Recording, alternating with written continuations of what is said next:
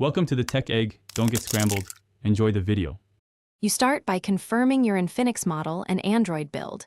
This matters because menus vary across versions. Once done, charge above 20% and use Wi-Fi so updates won't interrupt.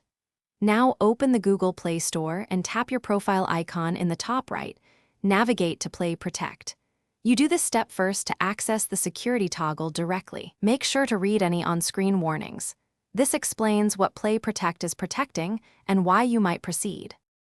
You now tap the gear icon inside Play Protect to reveal scanning settings. Toggle off ScanUps with Play Protect. The system will prompt a confirmation, except if you understand the risks.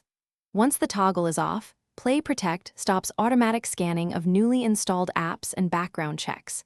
Make sure to check that the toggle remains off after a quick restart, because some builds re-enable security features. If your Infinix has a custom security app, also verify its settings to avoid duplicate scanning.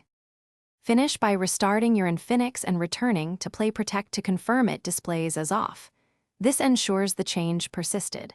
Then install or update the apps you needed and test their behavior, checking permissions and background activity.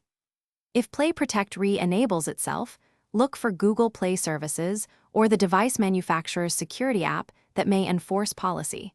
Open those apps and disable redundant protections. A key troubleshooting tip: clear cache for Play Store and Play Services, then repeat the toggle process if settings fail to stick. Thanks for watching. Consider subscribing if I helped unscramble your problems.